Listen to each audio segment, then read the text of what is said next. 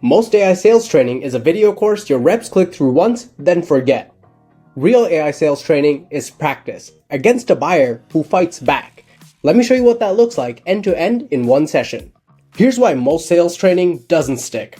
Reps watch a course, pass a quiz, then get thrown into a real call where a buyer interrupts, objects, goes quiet, none of which a quiz prepares them for. So let's build actual sales training in 2 minutes. First, we'll need to create a new roleplay. So up here, add roleplay, we'll press continue, and we'll insert a link to our product that we're trying to sell. So for now, PitchMonster. Then all we do is press generate. Now the AI is looking into your link, analyzing what you're trying to sell, then use that data to create an AI persona for us to practice against. We can do all this manually, but the AI did it for us, and let's give a quick glance to see if everything is as we like. Let's see if it's all accurate. Everything's good here. Everything's good on step 2, so all we want to do is make sure our difficulty is how we like it. I'll put it as insane. Then the next part is super important. We need to create a scenario. Thankfully, the AI did it for us, but here we can modify it further. I'll have a quick look. Everything here looks good, but I do want to change the last step to say, my goal is to get the client to book a demo. We'll be graded on this. For now, let's keep looking. The objections look good, and now we have to do the scorecard. This is where we set our goal and everything we want to be graded against, like a report card. So we're gonna have to set a goal, which is get the client to book a demo. And if you're doing something like training insurance sales reps, well, you can attach your entire knowledge base here. So I actually have that here for a different video. This is a made-up insurance company with a lot of info. And I attached it, and the AI was able to scan through those hundreds of pages and make sure that your sales rep in training sticks to your actual policies. It's really cool. I'll link the video up here. For now, let's keep going. Down here, we should add more things to be graded against.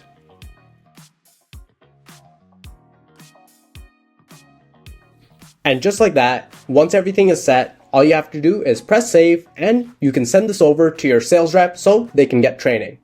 Next up, you have to invite your user. So I'm going to invite myself. And this is where you would put in your email for every rep that you want to put through this training session. And just like that, we're ready to switch over to what your sales rep in training will see. Okay, so this is your rep's dashboard. Every single roleplay scenario you sent them will show up here. All they have to do is click on any of these roleplays and press practice. And they've jumped into the call.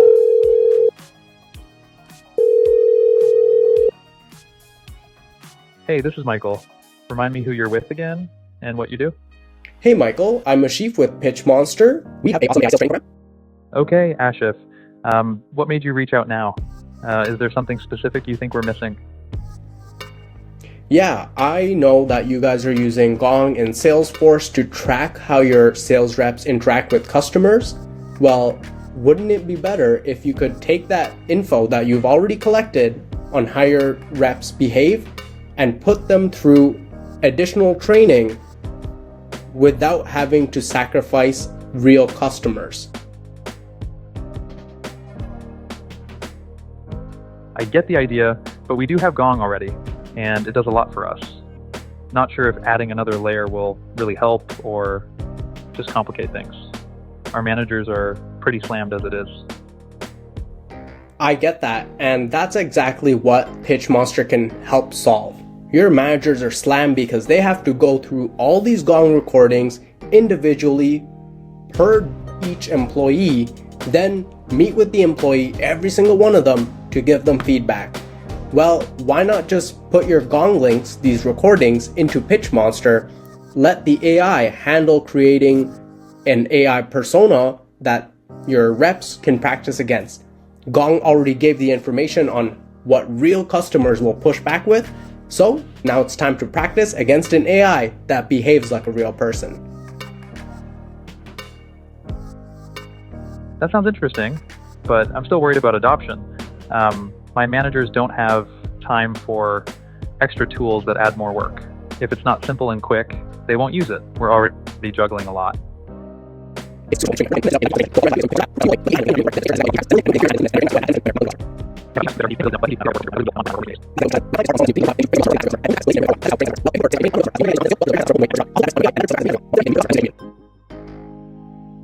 Yeah, I see the value in that, but I'd want to know if this can really shorten our ramp time noticeably.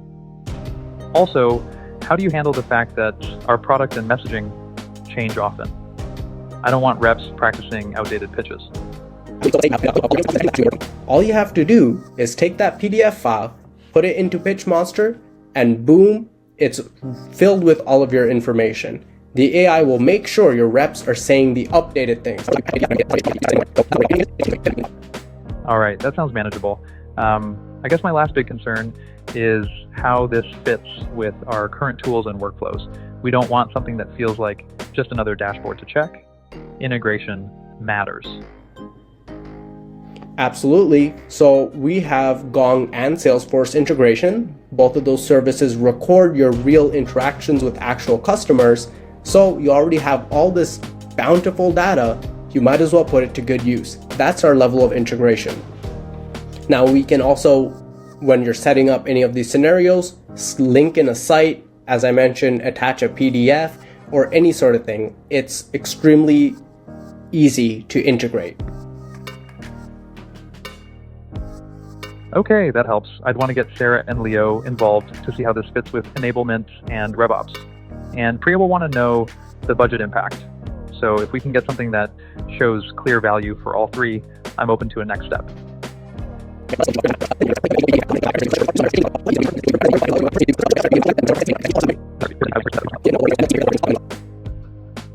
All right, Ashif, let's set that up.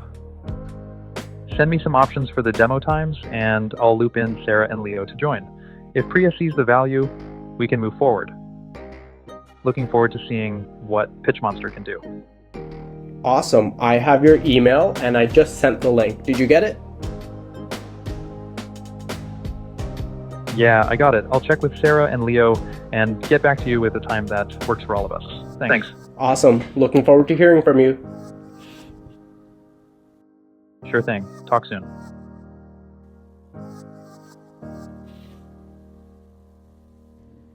The call ends, and this is where real training happens. We're going to skip the coach so you can see our score. For me, I got 60 out of 100. Not bad, but I was aiming for an 80. So let's scroll down to see what went wrong. We can see all this in our scorecard. I didn't set the agenda. In our scorecard earlier, that was one of the expectations. We want to make sure our customer knows what we're about to discuss, which I did not do. Now let's keep going. We can see that we did not finalize selling service. So I thought that just getting the customer to say, hey, we'll take a look, that's great. But as we can see, I should have pushed for an exact date or given some options. And ultimately, that's why I lost some points. You never know if a customer will return if they tell you, yeah, I'll be back. We've all heard that one. But now let's keep moving on. We got insights. So here we're graded on things like pace, spoke fast, not bad. Filler word usage, I've had less, filler words before, so set strong, but I could have done better. And I just kept speaking with a long monologue and I didn't ask many questions. These are my insights and we can keep going. There's a transcript. We can get comments from our team, or here's one of my favorites. We can talk to the AI coach. Let's take a look now.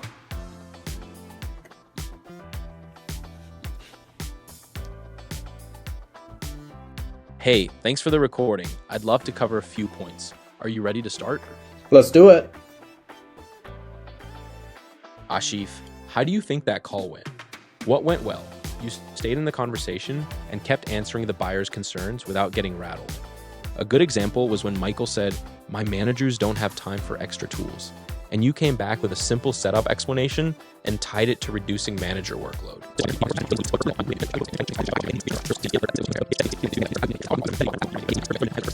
What's the one thing you'll do differently on your next call? I think I should really set up that intro better. set the stage on what's about to be discussed. Exactly. That's the biggest fix.